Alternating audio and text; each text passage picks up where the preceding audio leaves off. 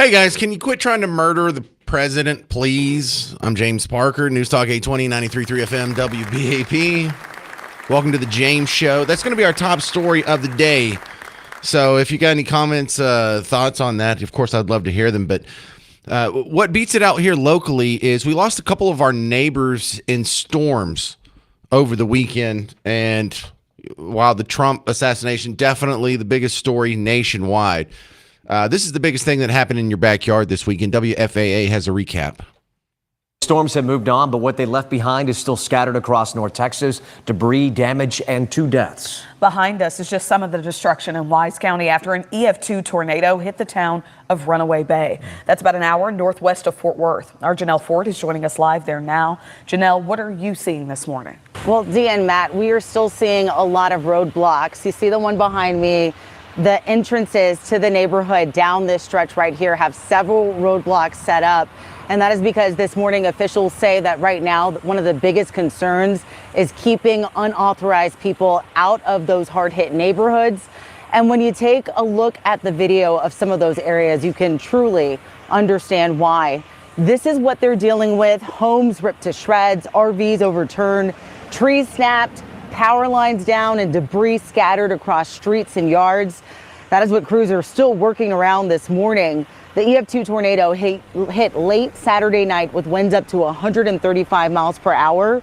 We are also starting to hear some really terrifying stories of survival, including one family who had to be rescued from the rubble of their home. Take a listen. My brother had to dig my parents out of the debris. It was terrible. So. Are they okay? My dad has a fracture in his neck. My mom had a broken back, and my brother, he's doing fine right now. Do you hear the loss of life, the tragedy, the loss of property, the injury? Broke his neck. One parent broke their neck. The other parent broke their back. This is why we do so much weather on this show. This is what on this station. This is why WBAP has the last meteorologist in Dallas-Fort Worth radio. We're doing WeatherCon this coming weekend. Terrible coincidence, but this is one of the reasons we pay so much attention to this stuff. This is the reason why other people pay so much attention to this stuff. You know, some people talk about, well, get out your weather radio. How many of y'all don't have a weather radio? How many of y'all don't have an emergency radio? How many of y'all don't have a plan? How many of y'all don't have some sort of mechanism by which you can minimize the chances that this will happen to you? Because the questions come up like, well, why are tornadoes always targeting single wide trailers? They're not. They're just as likely to hit single wide trailers as they are any other part of the Google Maps that you see on your phone. I guess that'd be Apple Maps, but don't be a jerk about it. Problem is, my brick house can withstand it. A single wide trailer just chilling on cinder blocks, a little more susceptible to things like that. And these people could have saved themselves. Some of these people, I should say, could have saved themselves if they were paying more attention to the weather. If you're paying more attention to the weather, just say like when you're at like your mother-in-law's house and she's in a nice brick house, if you knew the weather was bad, would you say, you know what, we're just going to stay here until it blows over and not go back to our single wide trailer? I mean, lives could be saved by stuff like this. And so sometimes I hear some grumbling, oh, we're breaking in with another flash flooding alert or another tornado watch or another tornado warning. Or this is why we do it. This is why so many people commit so much time and effort to it. This is why there's a reason why every day in every local TV news station that does a news program, they include the weather. This is why we have meteorologists to begin with. You're not a farmer. You don't really need to know when it rains. This is a safety thing. So with that, WeatherCon's this weekend. Come on out, learn more about it. Even if you're not into this yet, maybe you should be. So come on out, and it's going to be held with Brad Barton is one of the hosts. He's our meteorologist. You hear him on the morning show. Also, Pete Delkus, local TV meteorologist, is going to be out there. But you'll get to see some presentations in the theater at the Frontiers of Flight Museum. You know, there's the exhibitions with all the booths and the sponsors lined up and a bunch of activities for the kids. But in the theater, they have these little demonstrations of the new technology and how we're detecting weather and how do you keep it safe and the changes that have come. And the storm chasers tell their stories. This is why. And this is sad because it's not going to get picked up in the national news. It's not going to be remembered. We're not going to go back and revisit it. But two families lost 2 families lost a member. They're going to have empty seats at Thanksgiving and Christmas this year. There's another couple. One of them broke their neck. One of them broke their back. I'm not saying you got to listen to WBAP at all times. I mean, I wish you would. But if you want to keep yourself safe, if you want to minimize the chances that this stuff will happen to you, a little civic engagement on your part is how it starts. I can't do it all for you. But WeatherCon's a good way to do it. And plus, here's the cool part about WeatherCon is how rare does the morning show get out? People don't get buy remotes on the morning show because no one's going to be out there at 6 in the morning to patronize their business or give their business patronage, I should say. So this is the rare one. Number one, the morning show actually gets out of the studio. And I know you all want to meet Hal J. I do too. I mean, I've met him before. The other one is, this is the pretty much the only thing we do on the weekend that's an official station event like this. So if you work during the week and it doesn't fit in your schedule, and I know, look, I've got the job, I've got 4 kids, and so they're all in sports and activities and theater and twirling and all kinds of crazy things. I understand. This might be the only time all year it works into your schedule. So come on out to WeatherCon this weekend. I would love to meet you. I'm going to be there. Morning show's going to be there. Our new guy, Matt Locke, is going to be there. Now, his name is Matt Locke, not Matlock. But you can call him Matlock, and it sounds the same, and you can just giggle to yourself because that's kind of what I do. And I think most people do that too.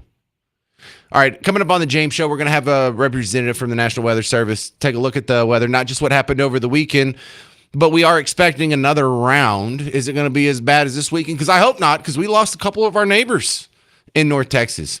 800-288-9227. I'm going to get you all caught up on the weather. Make sure you're safe, and then we'll talk about the Trump assassination attempt the rest of the show. I know once we start talking about that, it's going to take over the show, and we'll never be able to get off of it, and the phones are going to be packed.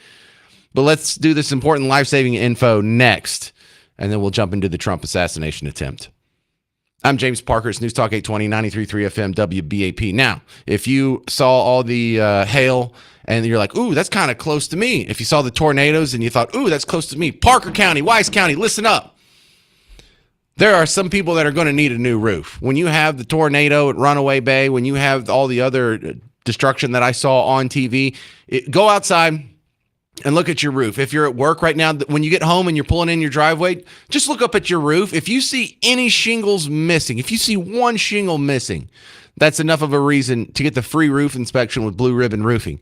If you see that someone else in your neighborhood already has a roofer up there making some fixes, that means they found a problem and their house went through the exact same storm your house went through. You need to get a free inspection from Blue Ribbon Roofing. If you go home from work today or tomorrow or the rest of the week and you see signs in the median at an intersection that say some random roofing company, that means you need to call Blue Ribbon Roofing. Don't call them. You don't know who they are. They could be just some guy who showed up and he's going to be gone next week. But that means someone else in the neighborhood had to get some roof work, and on the way out, they stuck a sign in. That's what that means. So if you have these are the hints that you need to get a free roof inspection from Blue Ribbon Roofing to make sure the tornadoes and hail over the weekend don't leave you with thousands and thousands of repairs that could have been prevented. Go to blueribbondfw.com.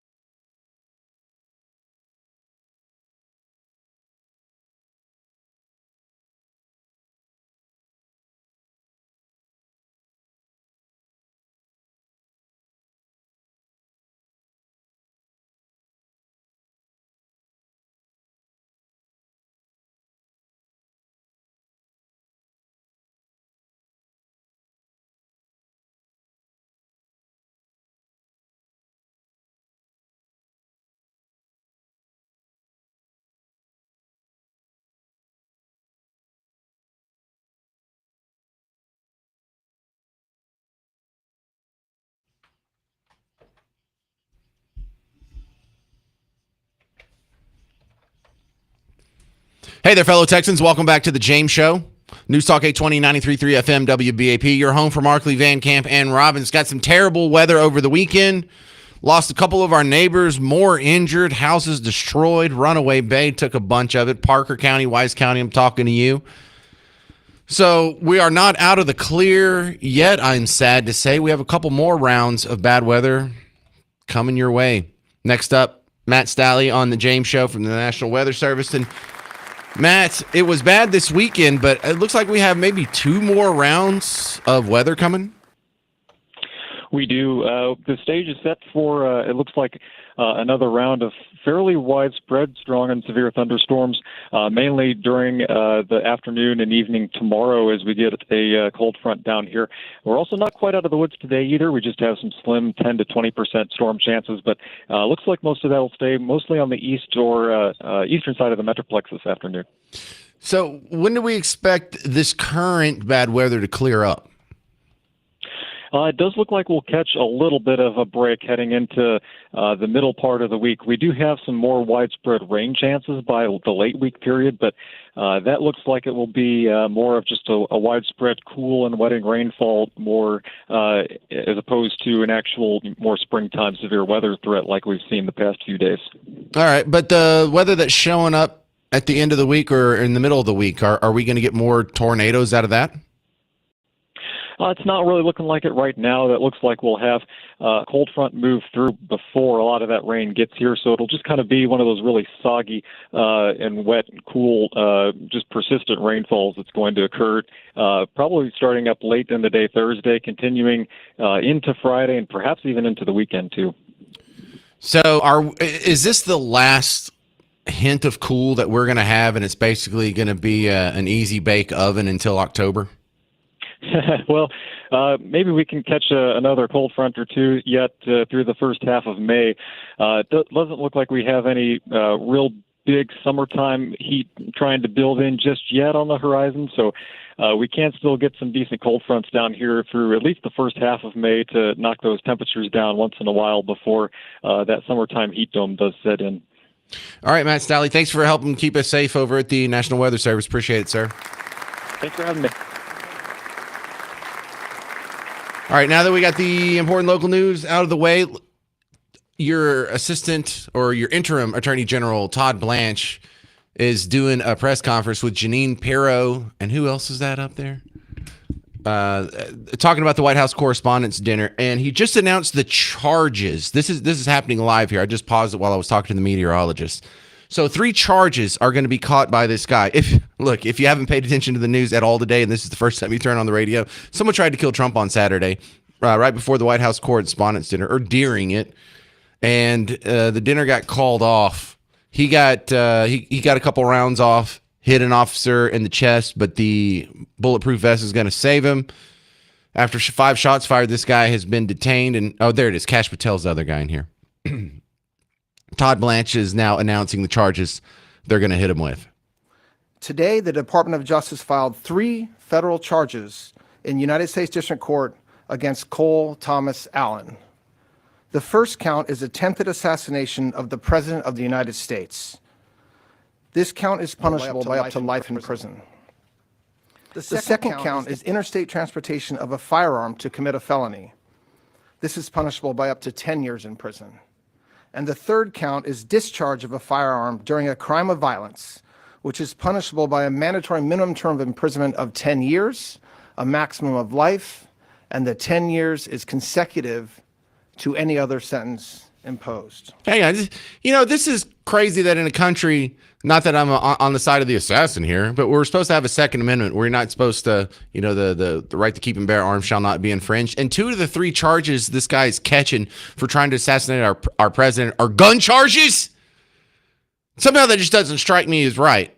Granted, again, I'm not on this guy's team, but that's, I don't know, that feels like it shouldn't be there. Just to go through very quickly the timeline, which many of you in this room already know. The defendant, Allen, made a hotel reservation at the Washington Hilton for April 24th through April 26th. On April 21st of this year, he traveled by train from Los Angeles to Chicago, and then from Chicago to Washington, D.C. Thanks a lot, trains. Anyway, On April 24th, he arrived in Washington, D.C. at approximately 1 o'clock in the afternoon and checked into the Washington Hilton. Approximately at 8:40 on the night of April 25th, Allen approached a security checkpoint on the terrace level of the hotel, which is again a floor above where the dinner was taking place. He ran through the magnetometer holding a long gun. As he did so, U.S. Secret Service personnel assigned to the checkpoint heard a loud gunshot. One Secret Service officer was shot in the chest, but was wearing a ballistic vest that worked. This heroic officer who was hit fired 5 times at Allen, who was not shot but fell to the ground and was promptly arrested. I want to thank everybody. all right, we can who cut it worked- off there. So that is the interim attorney general right now, Todd Blanche, giving you the timeline and the charges in the assassination attempt of Trump on Saturday. I know a lot of people's first reaction to hearing that, especially the first time I heard it. Wait, we fired 5 shots at this dude and we missed? Or we fired 4 shots at this guy and we missed them all, but we managed to tackle him? It's a little ridiculous. Do we have a problem with the Secret Service? Granted, Trump wasn't harmed this time around, but that seems almost clownish. So we have this happening again, and we have to have, it feels like the same conversations we had during the last couple of attempts on Trump's life. Number one, don't you love the arguments here? Because one side is saying, can you please stop shooting at us? And the other side is saying, well, this happens on both sides. Not at the same regularity, and you damn well know it. Well, no, look, I found this study that says right-wing violence is far more prevalent than left-wing violence. Yeah, you have a study. I have a list of all the politically motivated violence that happened just this year, and there's not a conservative, right-wing, team red, libertarian, or MAGA person on it. They say, well, look, there was the Buffalo shooter. There was the El Paso shooter. I'm like, yeah, that was in 2022 and that was in 2019. Do you have anything in like the last, 3 years, 4 years, 2 years? Because just this year, we have the Muslim shooter at the Michigan Synagogue. We have the Muslim shooter at Old Dominion University. We have 2 IEDs thrown by the ISIS-inspired Muslims at Jake Lang in New York City. We have the Austin Street mass murder. We have the trans mass murder at the hockey arena in Rhode Island, the trans school shooter at Tumbler Ridge in Canada.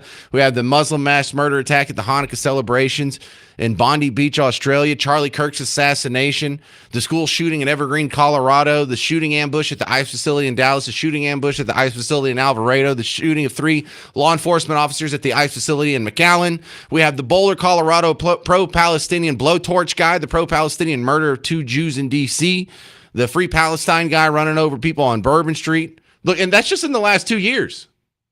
What do you have anything in the last 2 years? We do not have a problem on both sides here. Can you please stop shooting at us? Coming up next, I'm going to play you some of Carolyn Levitt's press conference that happened at noon today, Texas time, where she was asked about this.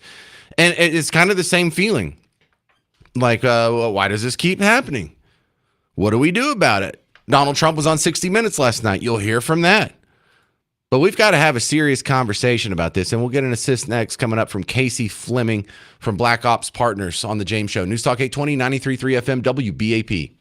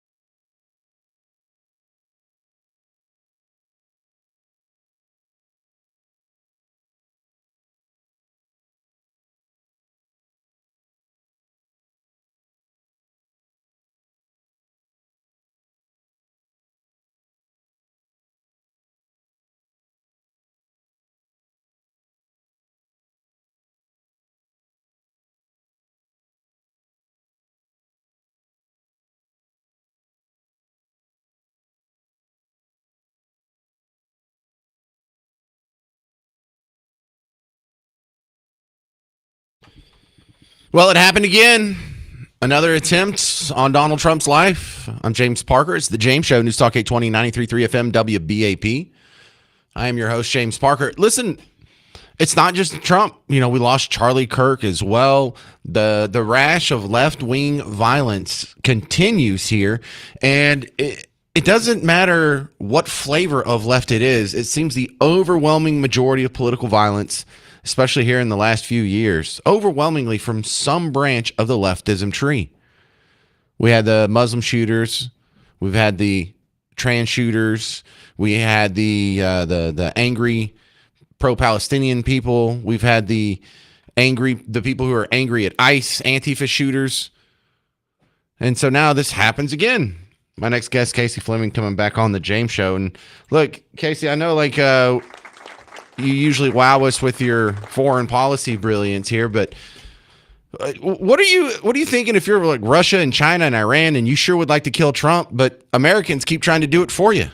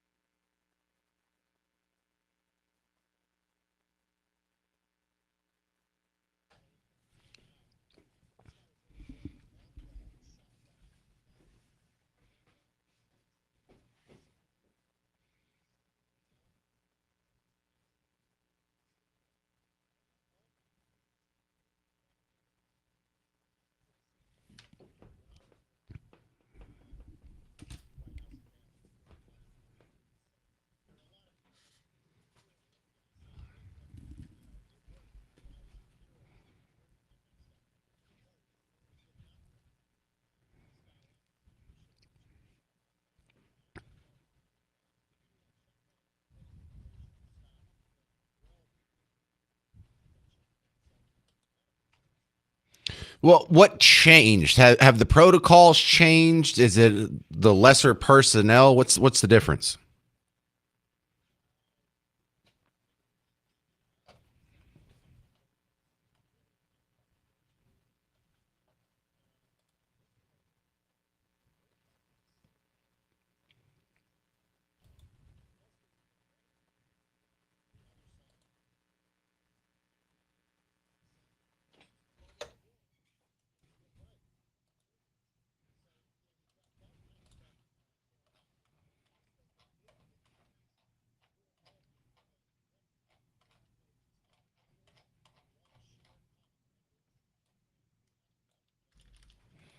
Name the common enemies.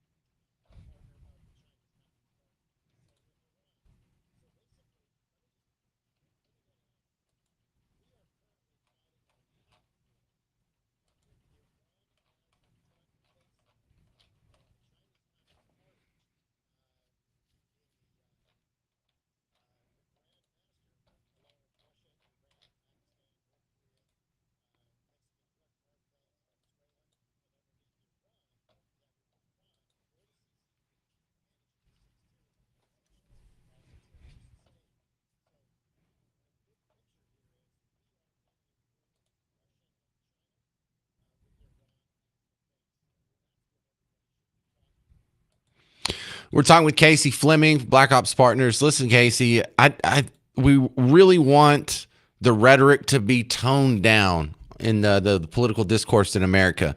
If it didn't stop after the first two Trump assassination attempts and the assassination of Charlie Kirk, do I have any optimism that it'll change this time?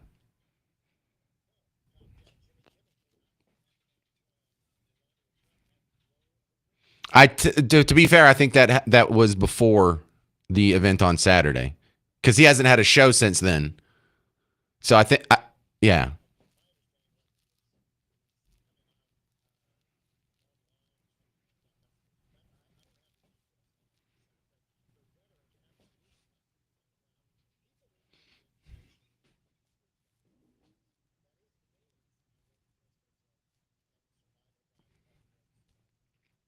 All right, tell them about Red Tsunami, and then we got to get out of here, Casey.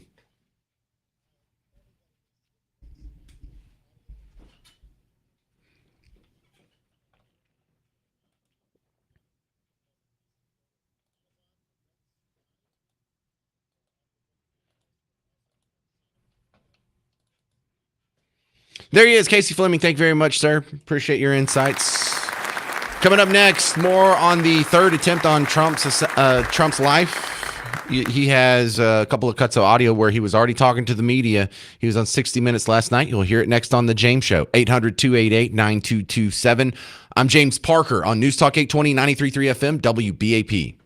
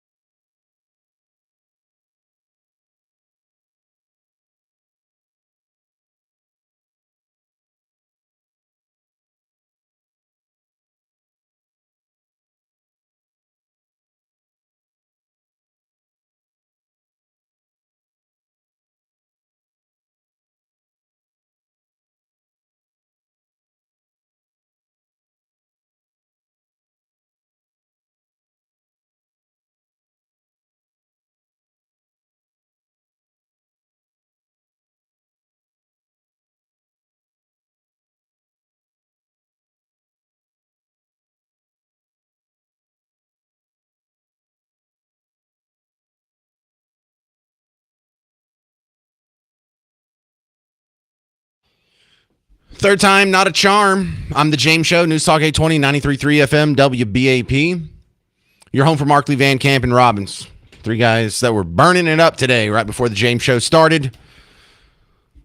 But Donald Trump, White House Correspondents' Dinner. I haven't actually played the audio. I can't believe we're like 45 minutes into the show.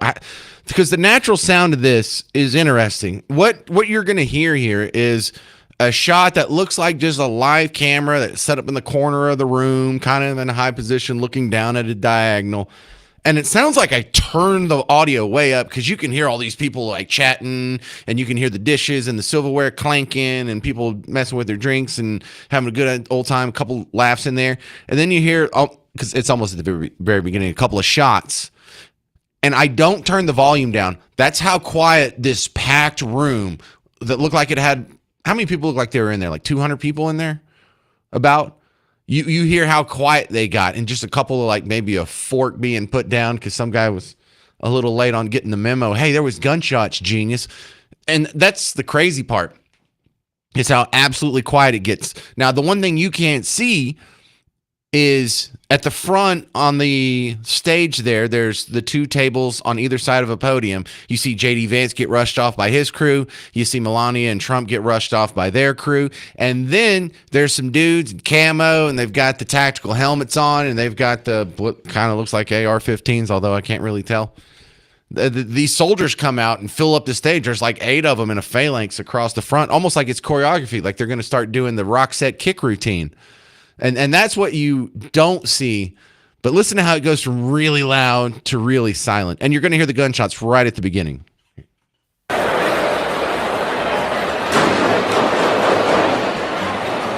that was the gunshots.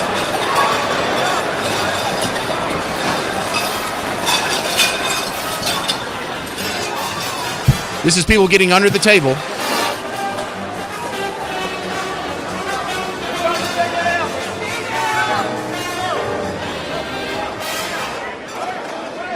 Okay, so the music stops. I'm not touching the volume switch. There's a room of 200 and something people that are just getting really quiet right now. And I was kidding. Most people aren't jumping under the table. They really don't know what's going on. Now the soldiers come out and everyone knows something's serious, and it gets a little quieter. Check this out. Oh, it's brutal. That is just brutal. Because if you've ever been to, you've probably been to one of those banquets in a hotel ballroom, and it gets really loud because everyone's chatting and having a good time. So Donald Trump was on already talking to the media that night. And I love how one of his first responses to this is, yeah, we're going to reschedule this thing. We got to redo this. I had a good speech lined up. I was going to throw in some real heaters, man. I can't let all this good work go to waste.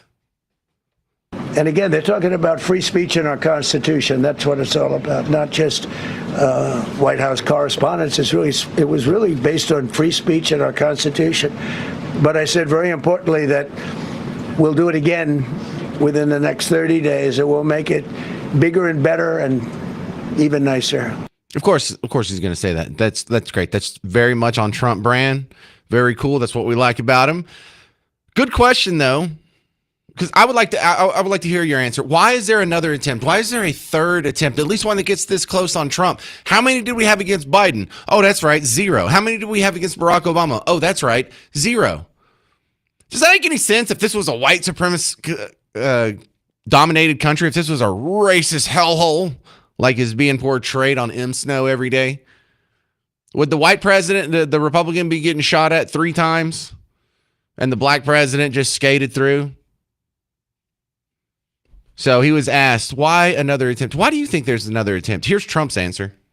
I ask respectfully, why do you think this keeps happening to you? Well, you know, I've studied assassinations, and I must tell you, the most impactful people, the people that do the most, you take a look at the people, Abraham Lincoln, I mean, you go through the people that have gone through this where they got them.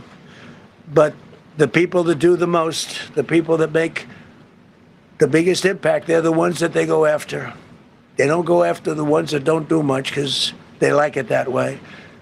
And when you look at the people that have either, whether it was an attempt or a successful attempt, They're very impactful people. Just take a look at the names here, the big names. And I hate to say I'm honored by that, but I've done a lot. We've done a lot. We've taken this country, and we were a laughing stock for years, and now we're the hottest country anywhere in the world. We've changed this country, and there are a lot of people that are not happy about that. Well, there's something to be said about that. You know, the people that get assassinated or assassination attempts are usually people that are doing something big, changing the system. These aren't the status quo people that usually get it. So that's interesting. All right. I like the sound of that. We also have the instant reaction online. It has me bouncing between the celebrities, people that you know, and then just random people that you don't know. And you and I are both interested to see how long these people can see the pattern just nail itself over and over and over. The party of political violence is overwhelmingly left. And I did have someone correct me in the last segment. There was a more recent right-wing political violent act than the 2022 Buffalo shooting, the assassination of Melissa Hortman in Minnesota. All right, that's a worthy correction. Okay, so there's one that's happened in the last 4 years. There's one. Got us. My point still stands, though. So let's look at this is just a viral video of some guy. You don't need to know his name, but he's talking about just converting out of liberalism because of stuff like this. I'm no longer a Democrat because I'm a liberal. At this point, it's beginning to feel like I'd be better off voting Republican and fighting against bad ideas within the Republican Party than voting Democrat and fighting against bad ideas inside the Democratic Party. For example, when I bring up concerns I have with friends on the right about like LGBT rights, immigration issues, abortion, gun control, more often than not, there is room for finding some kind of a middle ground. But when I bring up concerns I have with people on the left about anti-Semitism, Islamism, communism, more often than not, the response is either intimidation, condescension, or just a demand for complete obedience. When your politics require people to submit to orthodoxy, that is not liberalism. That is fascism. Right. And they sell it to these people as, love trumps hate. Remember when we were going over that? You got told that at the Super Bowl halftime show by Bad Bunny. The only thing stronger than hate is love. Is this love being stronger than hate? No, you're shooting at us. You don't get to lecture us on love trumps hate when you turn around and start shooting at us. Like, hey, why are you people so hateful? Y'all should really be nicer. God, y'all are evil. You're like literally Nazis. Will you quit shooting at me, please? Why are y'all so mean? We're the good guys. Hey, love trumps hate. Could y'all stop being the party of hate? Y'all are so hateful. Oh, you're just a bunch of bigots.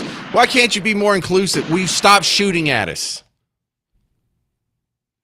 Coming up next on The James Show, you're going to hear from Chris Putnam from the Dallas Express. He's done a lot of good work identifying the crazy political polarization in modern American society. But in a day like today, what's more important?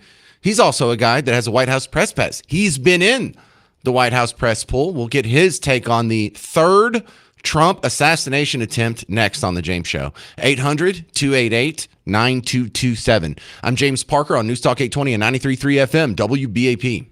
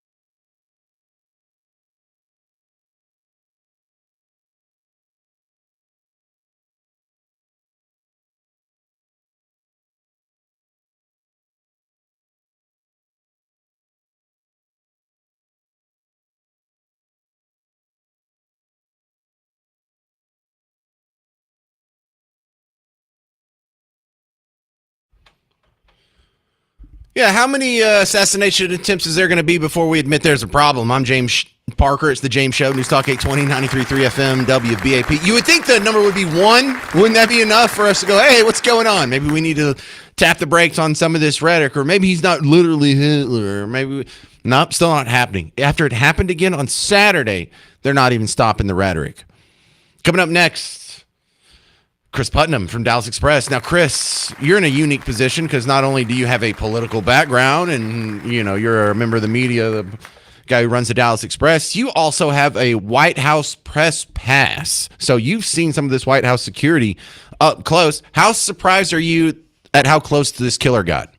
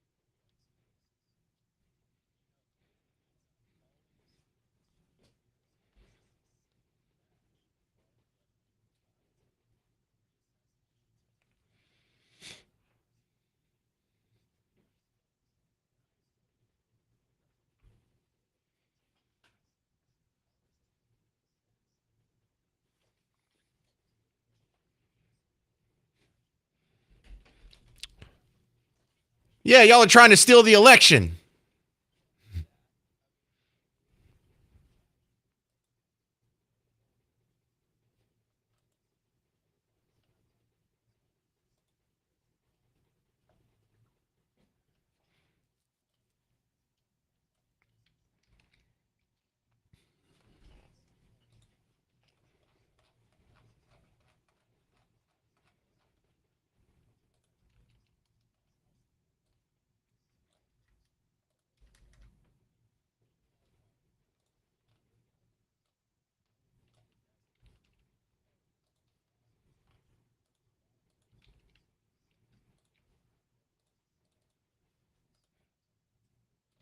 Well, they sell a bunch of freebies here. We'll pay for your college loans. We'll pay for your health care. We'll pay for your food. We'll pay for your housing. We'll pay for your daycare. They have, the giveaways of your money. That's part of their program.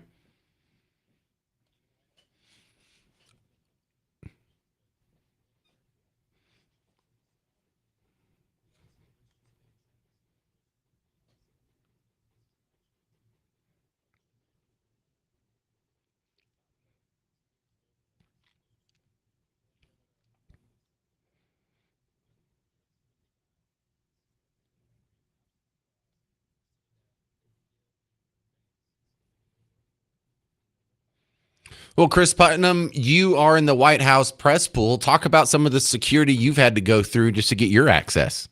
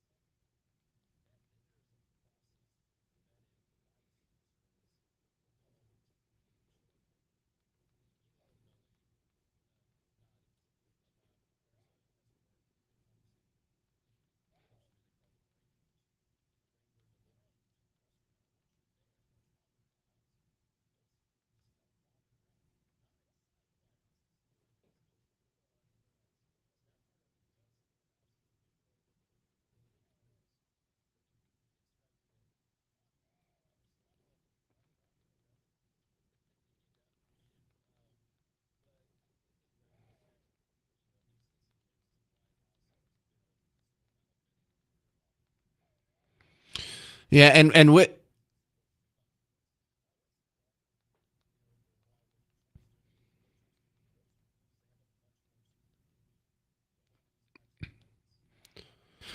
yeah, Chris Putnam, Dallas Express.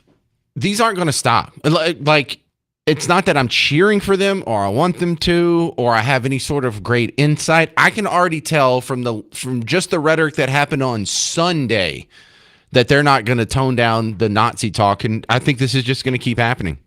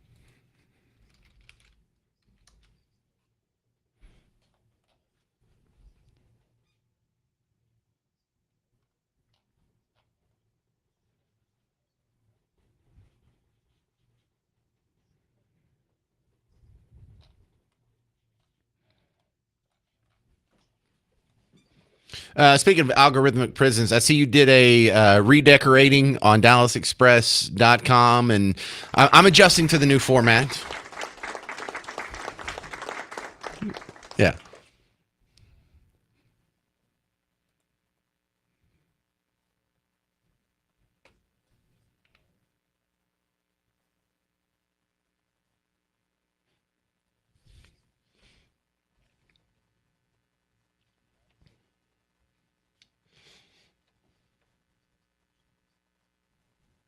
All right, Chris Putnam, DallasExpress.com. Appreciate it, sir. Coming up next on The James Show, retired NYPD Detective Tom Smith on the attempt on Trump's life this Saturday. I'm James Parker, 800-288-9227. It's The James Show, News Talk 820, 93.3 FM, WBAP.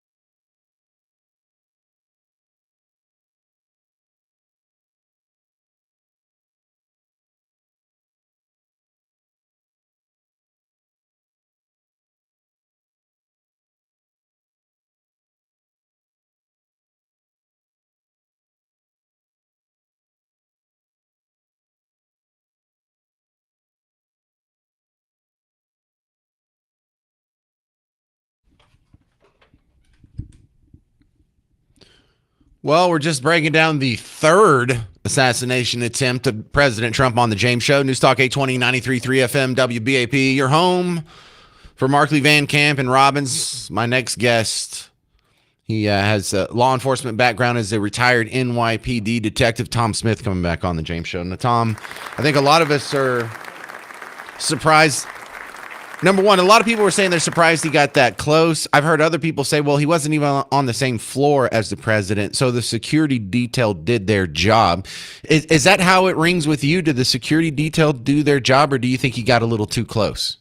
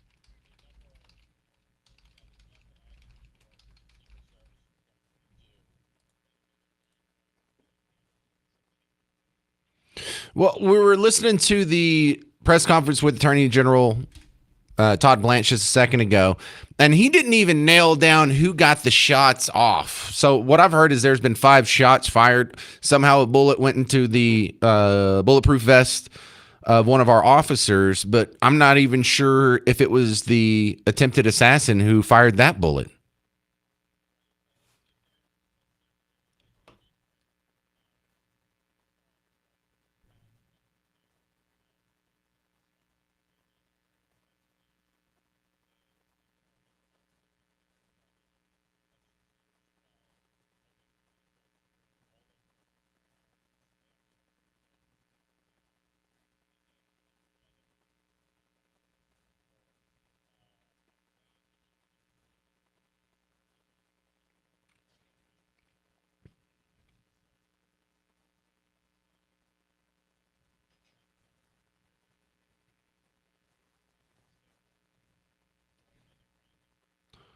Well, when we see that there's 3 assassination attempts against this guy and none against the guy before him and none against the guy before him and none against the guy before him, is there something different about Trump, or do we have something different about our security protocols?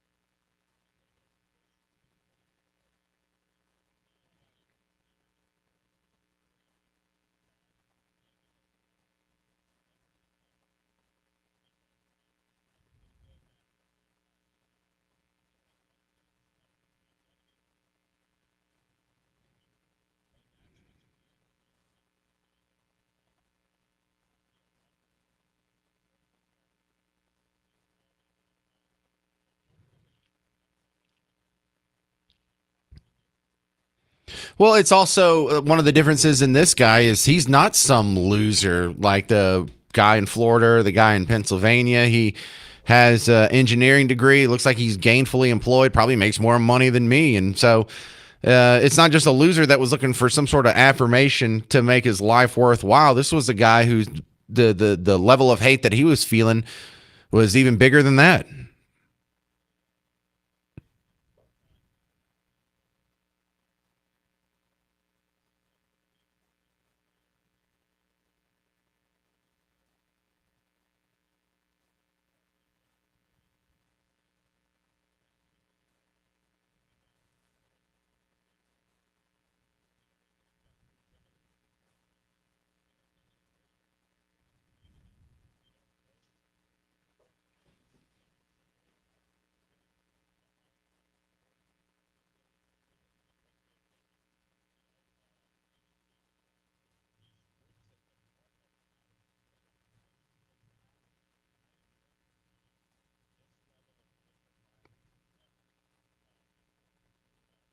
Well, is there are we to the point now, Tom, where if you were in charge of his security detail, you would start curtailing his exposure?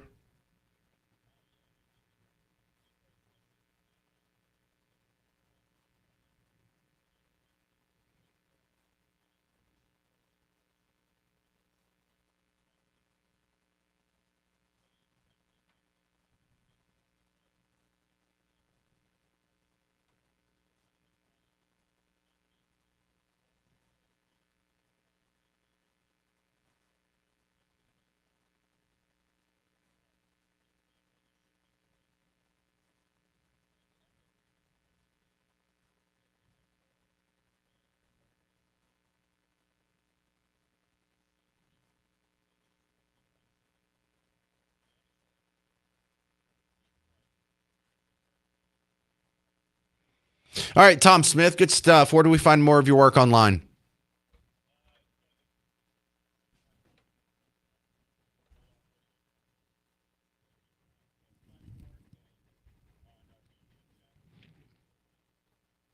Gold Shield Show. Thank you very much, Tom Smith, retired NYPD detective.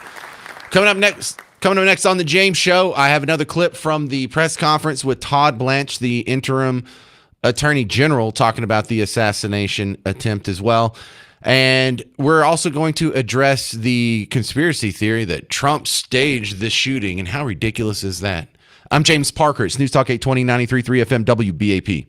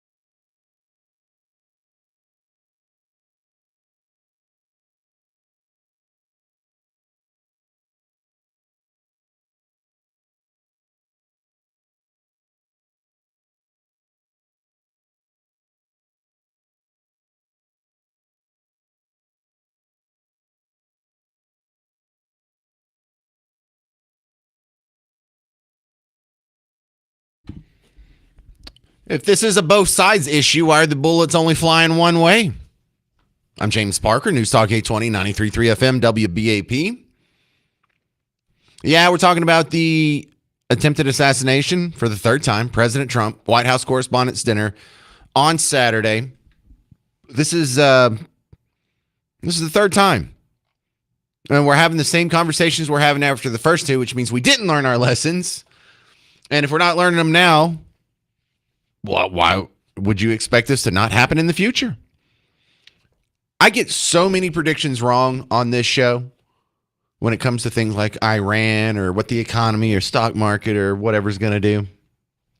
But I think me and about 90% of talk radio predicted that these assassinations were going to continue after the first one and the second one and Charlie Kirk and now this one. Why? Because we're still being called, you're still being called Hitler. Even after this happened for the third time, you're still being called Hitler. Now, Carolyn Levitt did a press conference at noon today. And one of the first questions that she got, was about this. But even in her opening statement, she sort of tried to front load the answer because she knew she was going to get it. What is fueling this violence? Nobody in recent years has faced more bullets and more violence than President Trump.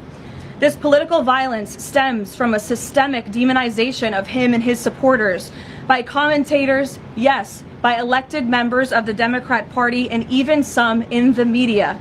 This hateful and constant and violent rhetoric directed at President Trump day after day after day for 11 years has helped to legitimize this violence and bring us to this dark moment. Those who constantly falsely label and slander the president as a fascist, as a threat to democracy, and compare him to Hitler to score political points are fueling this kind of violence. The left-wing cult of hatred against the president and all of those who support him and work for him has gotten multiple people hurt and killed, and it almost did so again this weekend.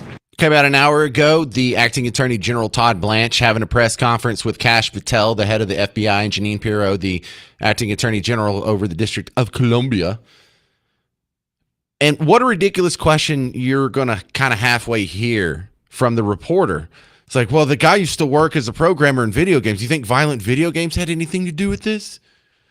Don't you just despise the reporters who are just trying to pretend like they don't know the things that the rest of us know?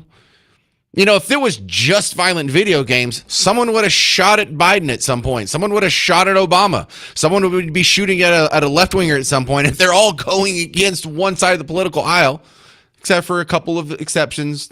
Melissa Hortman last year, was that 2 years ago?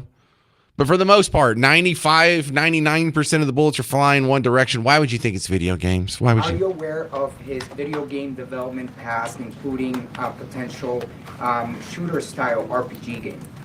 I've seen the news reports that talk about that. I think that the positive and negatives of this type of case is that there's a lot of people investigating this man right now, including the FBI. But the only investigations that truly matter in the court of law are the ones that Director Patel and his men and women are doing. So we'll wait for them to do that and get an answer. How does he see? This is what you like about Trump, because Trump would go, "What a stupid question! I can't even believe you. You shouldn't even be in the media. Who let you in here asking a question that's stupid?"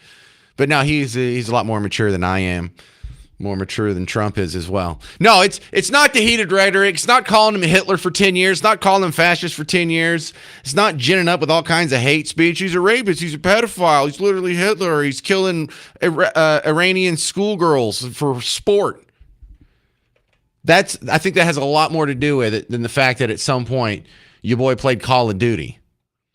800-288-9227. This is Chris in Fort Worth. You're on News Talk 820, 93.3 FM, WBAP.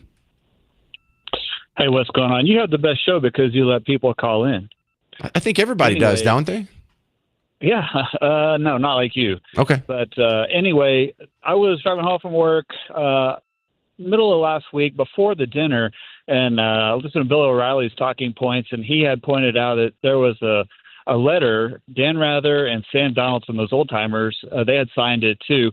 But the point of the letter was, I got to read this verbatim here, was to forcefully demonstrate opposition at the at the dinner, and there's too many clowns on the left that, just like your caller about 10 minutes ago, his point was that there's people that are like, should I do something or should I not? And the press is, they're instigating a lot of this. Imagine if we had a free press in this country, a fair and free press. The country would be entirely different than what it is, but we just don't. But Chris, how do we do that? How do we get a free and fair press? I don't know. The only thing is educate the people, but people are dug in on the left and the right. I quit watching Fox News a long time ago, but I am still very conservative. Well, listen, Chris, the reason why I ask that is I like to listen to people's answers to that, because it invariably comes back to the same forks in the road. Number one, the one way you don't want to do it is through government regulation, because that's the opposite of a free and fair press. The more the government regulates it. So how do you get the media regulating itself to a better degree than what it's doing now? Because what we would like to see is like what happened with the N-word. No one had to outlaw the N-word for people to stop saying it. No one had to come up with some new government policy or new government agency or some fine or anything like that. We all just decided as a society that we're no longer going to tolerate that in the public sphere. And if anybody says that, then they get destroyed. They get called out by the public at large. They probably lose their job. They have to get behind a podium. They have to apologize. And until the general public, we as a people, decide to do the same thing about fake Nazi comparisons or so-and-so's literally Hitler, there's not a whole lot we can do. Now, if you want to attack the roots of this weed, and I just mean that as, a plant metaphor, it all comes back to the amount of government money that's going into our schooling system. Of course, our colleges are going to crank out people who hate Republicans and anyone who wants to limit the size and scope of government. It is a government agency funded by government tax dollars at 3 different levels, on government buildings, on government property, with government teachers getting government paychecks. Even the football coach is a government employee. So you think they're not going to come out being full of big government ideas? Same thing with public schools. So look, the answer doesn't seem to be very connected in my book. Number one, there's not a whole lot we can do, but the little we can do involves getting every single public dollar out of education possible. And let's see if that works a little bit more. I feel like this would be scratching the surface toward this, because it's going to take a hell of an initiative, and it's a extremely uphill battle. Yeah, but Chris, look, if you cut off the education indoctrination problem, then all these idiots that just spill out into the media after college who are all on Team Blue, that ends. All the academics who are just inherently on the big government side, Team Blue side, that all the incentives for that ends. All these administration officials who are doing DEI policy and Title IX and everything but educating your kids, those all go away. I feel like it's a three-headed snake. That's one of the heads. Another is media. I mean, media is huge, and people just eat that up, I mean, just follow the money, and the money circulates back to NGOs, and it's a big circle jerk, and it's just, there's 3 heads to the snake, Well, you're right about the NGOs. Media. That's another good point, too, there, Chris. Yeah, I mean, it's going to take a hell of an initiative. It's going to be, and somebody like Trump is too divisive. I love his policies, but he's too divisive. I don't know who the next president is going to be, left or the right. But I think, look, here's the ugly secret. I think we're going to need someone even more divisive to get this done, because we had nice guys before. Mitt Romney was a super nice guy. He was the biggest dork we've ever ran in my entire life. John McCain was a super nice guy. George W. Bush was a nice guy. Bob Dole, nice guy. That didn't get us any progress. That took us in the wrong direction. So maybe we need to find a guy who's even more of a jerk than Trump. Can that be done? No, he's a jerk. Hey, you could vote for me. There's a lot of people who would say that old Parker fits that bill. And try and get me fired from emails like once a week. I'm having to hear from a manager about something. My name's, James at WBAP.com. You can just email me. You don't have to email my bosses and my CEO and the board of directors and crap. They shouldn't even know my name if it wasn't for you people.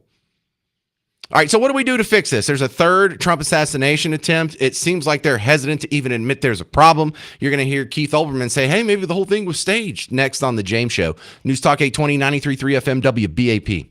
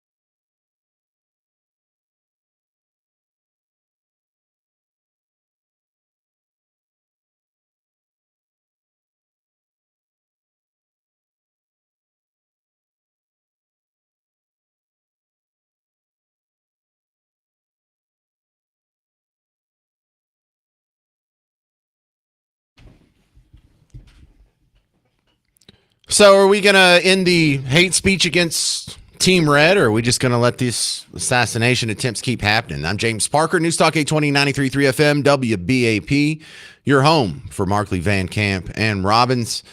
Carolyn Levitt did a press conference while you were at lunch today, and she gave Jimmy Kimmel as an example of how the rhetoric needs to stop. Much of the manifesto of the would-be assassin is indistinguishable from the words that we hear daily from so many. For example, as the First Lady of the United States pointed out this morning, just 2 days prior to the shooting, ABC's late night host Jimmy Kimmel disgustingly called First Lady Melania Trump an expectant widow. Who in their right minds says a wife would be glowing over the potential murder of her beloved husband?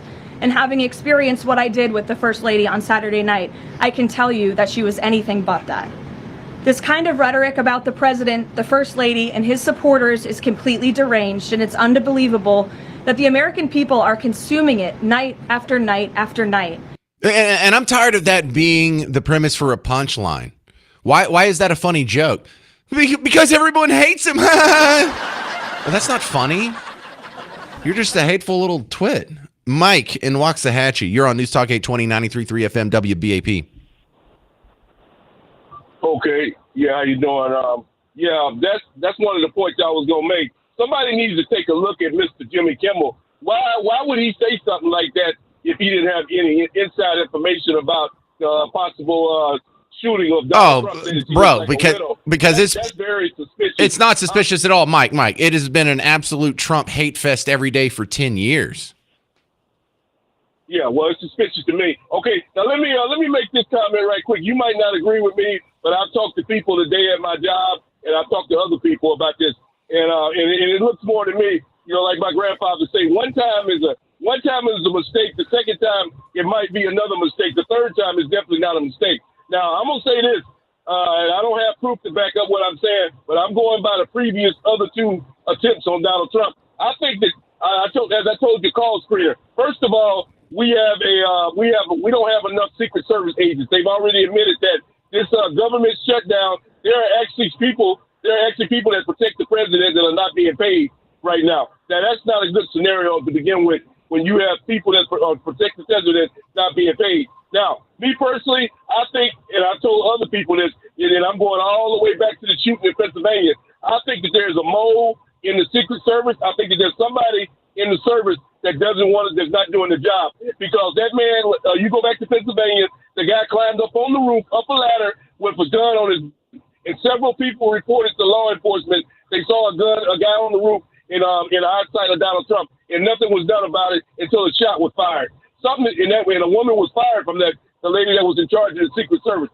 I believe that somebody working for Donald Trump doesn't have his best interest at hand, and I'd like for you to give me an opinion on what you think about that, because there is no way that a guy should travel all the way from California to Washington, D.C. on a train with a gun and then enter a hotel room and then walk down 10 flights of stairs to almost to the ballroom with a gun and then try to run into a room with the president, the vice president, his wife, and anybody else important to the United States of America with a weapon. It's just something that's not right about that. There's a lack of security for Donald Trump. And especially one last thing I want to say, sure. Especially since we're at war with Iran, that Iran has already made it known that they want to eliminate Donald Trump. Donald Trump should have ultimate security at this point right now. There should be no way in hell anybody should be within vicinity of Donald Trump with a weapon, especially in the United States of America and in Washington, D.C. And I thank you for taking my call. Oh, no, great call. So, Michael Waxahachie, let me address your first points there.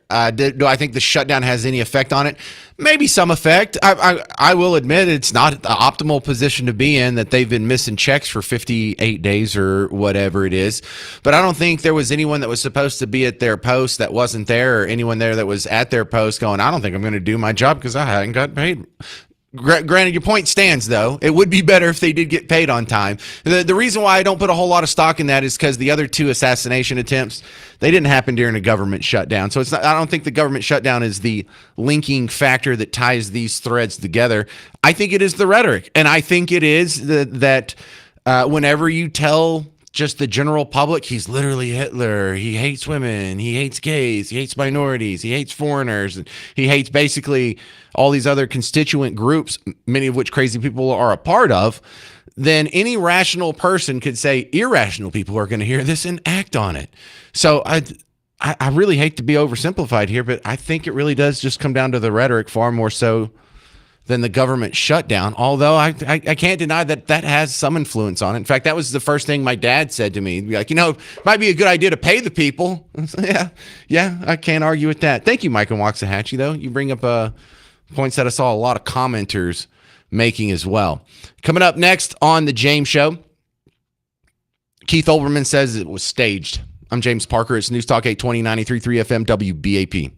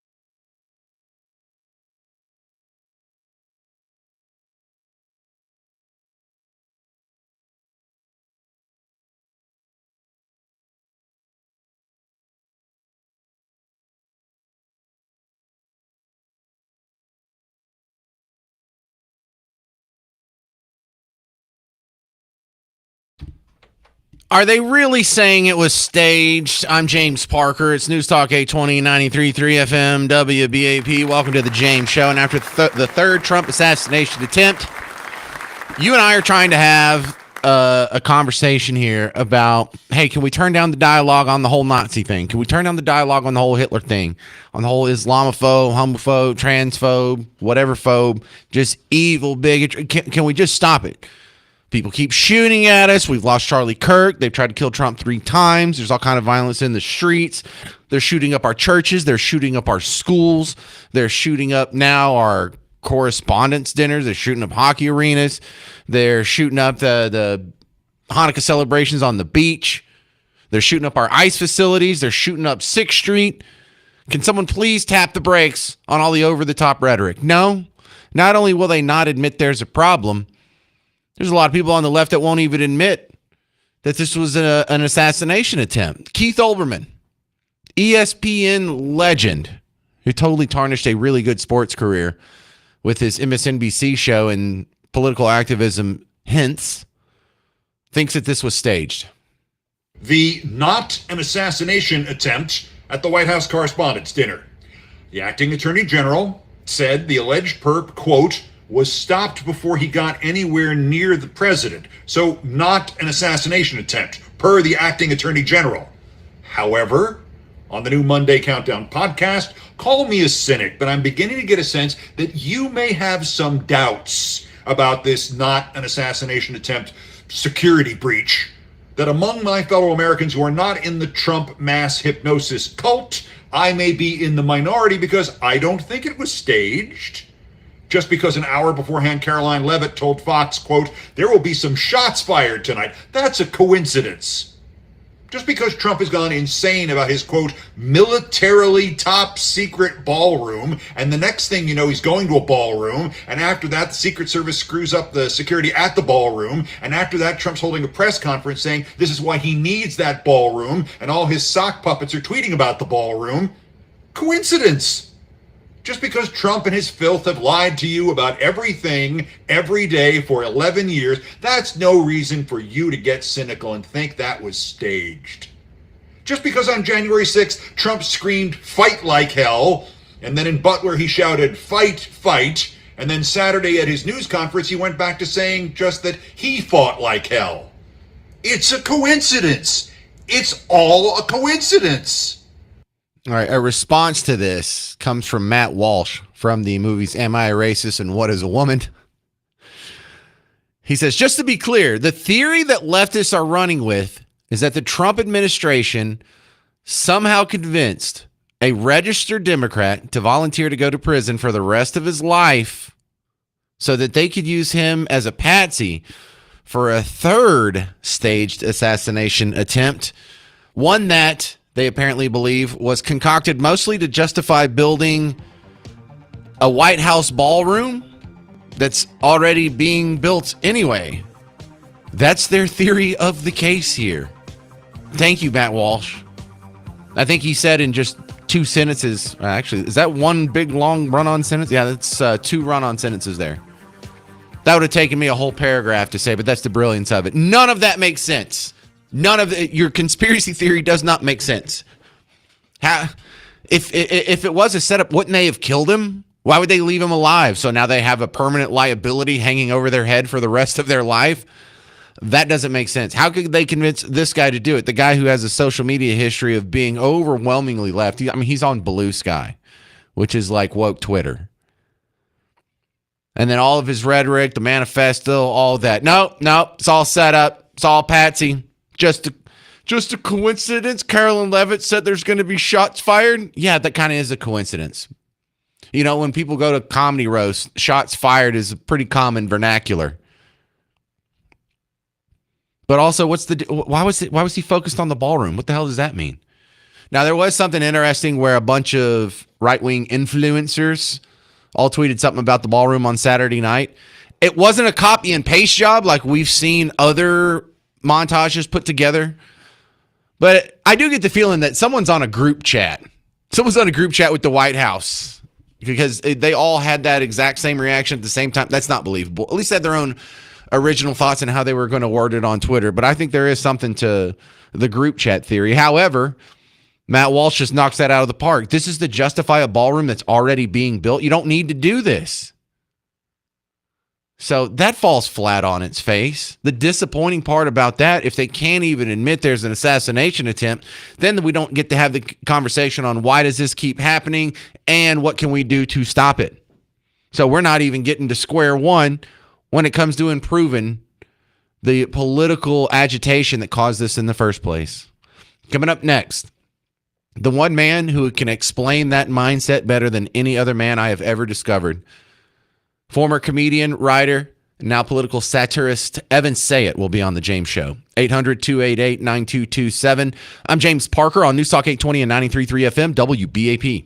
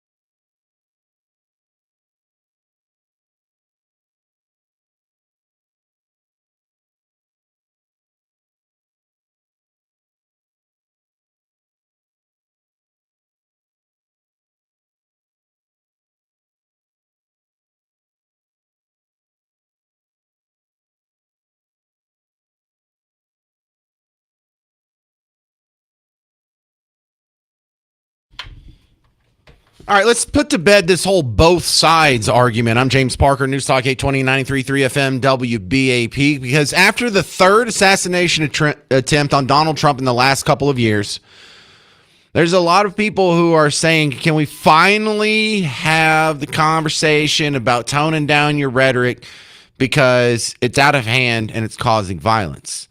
But when they say it's happening on both sides, that is them giving themselves permission to not admit that there's a problem to begin with. And then there's no way they're going to tone down their rhetoric. Why would they? There's not a problem. So how do we explain this mindset where people say, well, Melissa Hortman, or they'll say Buffalo, or they'll say El Paso, or they'll say Timothy McVeigh, and they'll bring up sort of the exceptions to the rule when it comes to political violence here? Because you and I can look in just the last couple of years. Yeah, they can bring up maybe 3 or 4 examples over the last 20 years. We have like 15 examples over the last 5 years. The Muslim shooter at the Michigan synagogue last month, the Muslim shooter at Old Dominion University, the 2 IEDs thrown by the inspired Muslims at the Jake Lang protests in New York City in front of the mayor's house, the Austin Street mass murderer, the trans mass murderers at the Rhode Island hockey arena, the Tumbler Ridge School in California, the ICE facility in Alvarado. We had the other shooting at the ICE facility. Charlie Kirk's assassination, the first 3 Trump attempts. So what makes these people not be able to process that information in their head? Evan Sayet can answer that better than anybody else. Welcome back to the James Show, Evan. We need you today, bud. Explain to people who aren't familiar with the unified field theory of liberalism how their brain works like that. Indeed, but before we get there, there's a way to prove that it's not both sides. And that was William Buckley had a great way of doing this. He said, any group of any size is going to have its lone crazies. The way you can tell if that person is actually a lone crazy or a reflection of the movement itself is the response of the mainstream to the crazies. And the fact that the political left doesn't condemn violence. I mean, perhaps they'll give it lip service for a moment or two, but they'll immediately return to the very same rhetoric or say it's both sides, which you're exactly right. It gives them a free pass. But when they are cheering the death of Charlie Kirk, when they are upset that the gunman in Butler didn't succeed, and this isn't just the assassin or the would-be assassin. This is the mainstream of their movement. And again, you can tell whether an act of a crazy is a reflection of the movement by the response of the mainstream. So no, our side condemns violence at every turn. Their side does not. So I know you can't explain how Keith Olbermann thinks this is all a scam and whatnot, but we kind of write people like that off. The Rosie O'Donnells of the world, we're never going to change their mind, and it's not even worth your energy to a try. But what about the person that works down the hall from us? Or what about our brother-in-law? Or what about these people that are close to us that believe or at least go along with these crazy things? How do you explain that? Well, it's because they literally do not give it any thought at all. And therefore, everything has to be not only both sides, but both sides equally. Everything has to be exactly equal because otherwise they're engaging in discriminating thought. And that is the one evil to the political left. You're not allowed to engage in discriminating thought because they conflate discrimination as in using your mind to recognize differences, as in she's a discriminating shopper, and the evil of having discriminated. So in order to eliminate the evils of discrimination, they've eliminated their ability, their desire, their willingness to engage in discriminating thought. Therefore, it's both sides is a preordained answer that requires no investigation, requires no thinking, requires no evidence. It's simply a given that it's both sides that are at fault.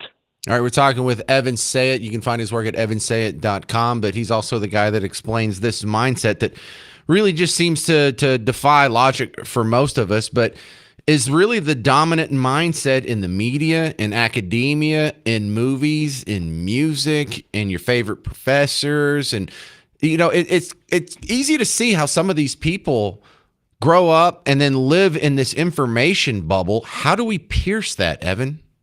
Well, it's very, very difficult to pierce it, partly because the political left has a problem. They can't tone down their rhetoric because they have nothing to run on, nothing to campaign on. There's nothing that they believe in that they can argue for in the affirmative.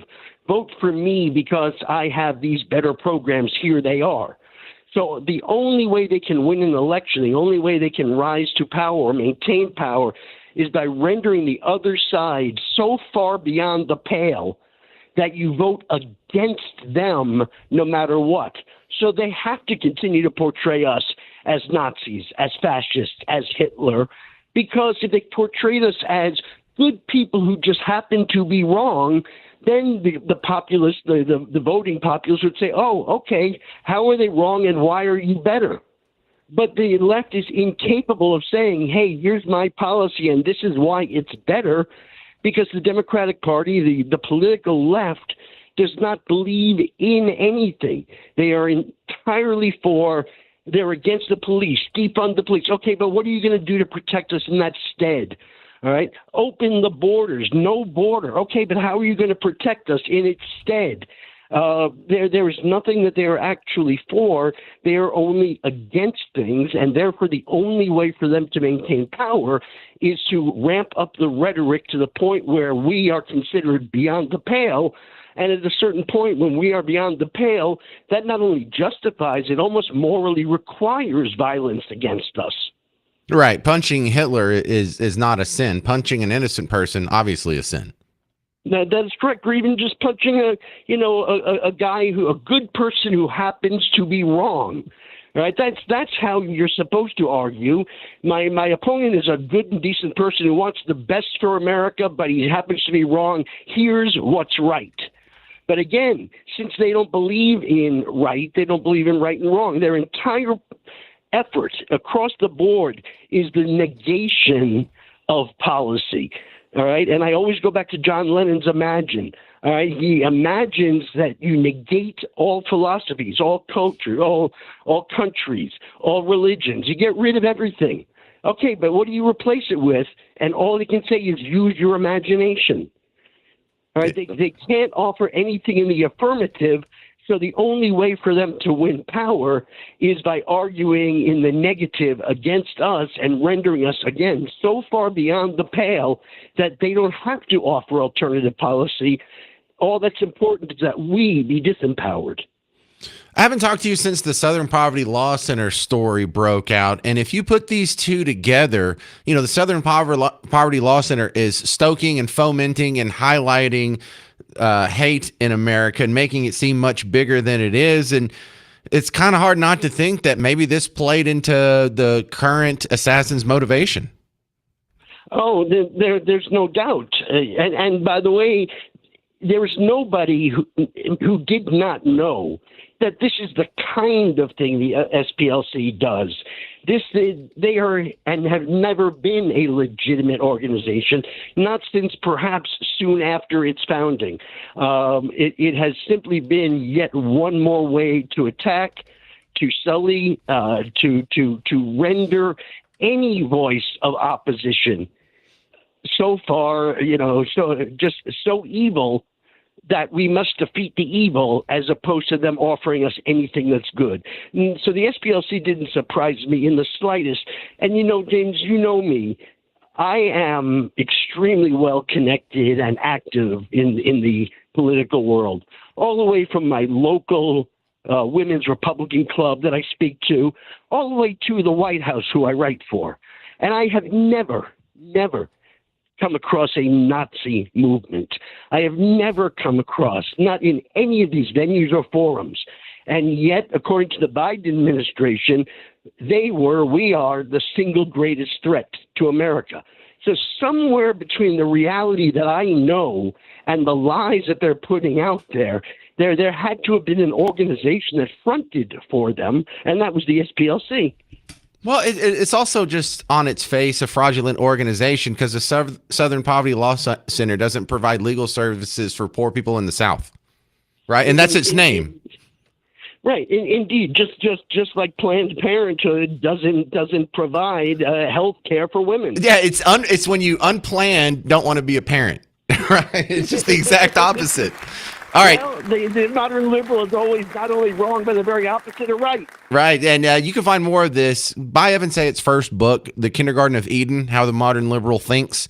And then once you read through that, and it's not a long book, it's 100 and something pages, then you can go ahead to square two next time Evan Sayet is on and join us there past the primer stage. Thank you very much, Evan Sayet.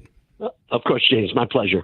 All right, good stuff over there. Coming back on the James Show, we'll continue talking about the third assassination attempt on Donald Trump.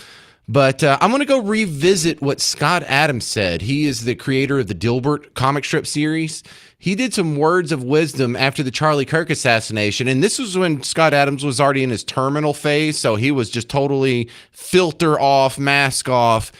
And it applies almost perfectly to what happened this weekend. You'll hear it next on The James Show. 800-288-9227. It's News Talk 820 93.3 FM WBAP.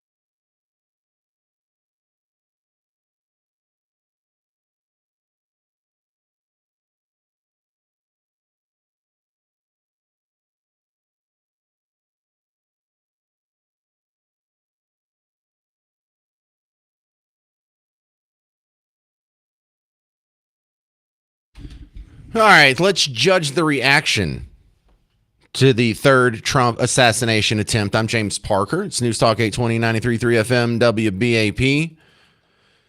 Because, look, things are going to happen like this, and it's not going to be something that we remember in the public consciousness and conversation forever. But while we're here, while we're on, before we get our attention span pulled away by something else, is anything going to be different this time around? Or is it going to be the same as the two previous assassination attempts? And you could throw in the assassination of Charlie Kirk as the same conversation we were having then. You remember, just last year, last September. So the reaction to this is something that you might find ghoulish, but here is a montage that was put together of our friends on Team Blue celebrating the murder of Charlie Kirk last year.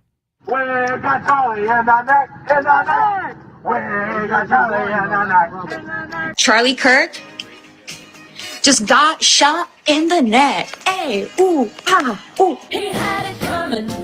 He only had himself to blame. Charlie Kirk got shot and he's dead.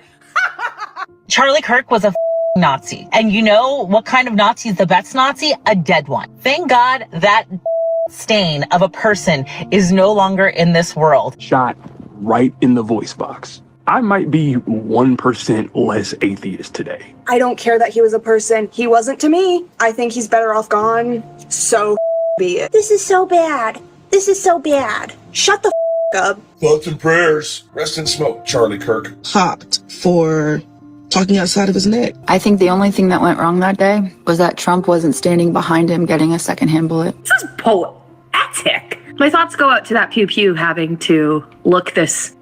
All right, that's enough of that. The surprising part of the reaction isn't just the ghoulish reaction. It's the fact that these people are comfortable turning on their phone, pointing it at themselves, and saying these ghoulish things and putting it on a social media platform as if they're not the sickos. Now, Scott Adams, the guy who created the Dilbert comic strip, turned into a political commentator later in life. We just lost him to cancer earlier this year. His reaction to the reaction of the Charlie Kirk Association applies perfectly here. The hypnotized Hitlerians is what he calls them. So there are numerous stories of teachers and people associated with schools of various types who are getting canceled, meaning fired, for saying horrible things about essentially being happy or saying it was justified that Charlie Kirk got assassinated. Well, let me tell you the thing that is most shocking about that. The most shocking thing is that the people who spoke out that way believed they wouldn't get fired. I think they were all surprised, which means they've been living entirely within a bubble in which they thought other people would agree with that. Are you kidding me? They thought they were in the bubble of reality where, let's say that Hitler was an American and he died. Would you feel bad about saying, thank God Hitler died? No, you wouldn't, because you would assume that almost every single person would agree with you. So it would be easy to say that. These people are saying it in public for the world to see as if that's what a normal person would think. How hypnotized would you have to be? I think of these people as the hypnotized Hitlerians. But the Hitlerians are people who live in this little world where they think Hitler actually came to power in the United States because so many bad people on the left have been saying that. People who should know better. So I actually have some weird empathy for these teachers getting fired for saying horrendous things about Charlie Kirk, because they actually think they're in a different reality than they are. How do you think you're in a different reality? Is it because you individually had some mental problem? Probably not. It's probably really a predictable outcome of the rhetoric that we're seeing from the left. It's the most predictable outcome, that people would believe it as literal, all the Hitler stuff. Oh, it's literally as bad as Hitler. We better do something about it. So I would say the people getting canceled are, in their own way, although, our system is that you have to hold them responsible. I'm not saying they're not responsible. They are responsible, but they are also victims because they've been hypnotized to believe something hideous. Imagine them going through life thinking that they live in a world that had been taken over by some Hitler character. I don't even know what that would feel like, but it would certainly distort your opinions and actions. Yeah, it would be terrifying. It'd be absolutely petrifying, really. All right, coming up this Saturday, Blue Ribbon Roofing has WeatherCon 2026 coming at you at the Frontiers of Flight Museum. That's just on the east side of Dallas Love Field.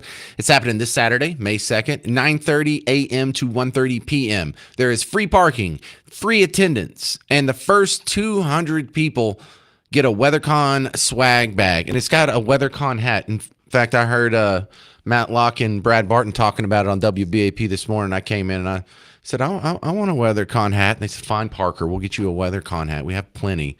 You don't have to act like a baby. So come on out, and if you're one of the first 200, you can get a WeatherCon hat just like me. Coming up next, you'll hear some listener reaction to the third Trump assassination attempt on The James Show. News Talk 820, 93.3 FM, WBAP.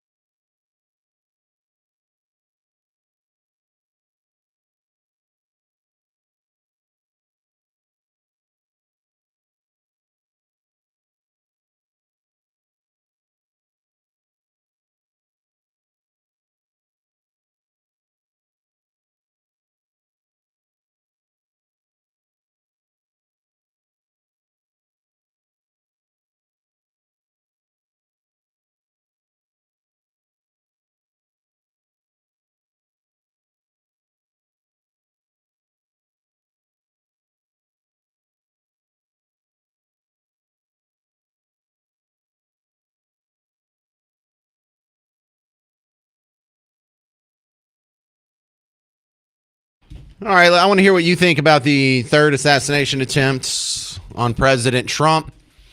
The reaction, your reaction to the reaction. How do we stop this from happening in the future? Is this just going to keep happening in the future?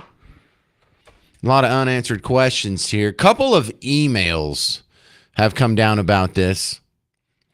Justin says, James, as a libertarian, I'm surprised you are wanting to curtail the political rhetoric.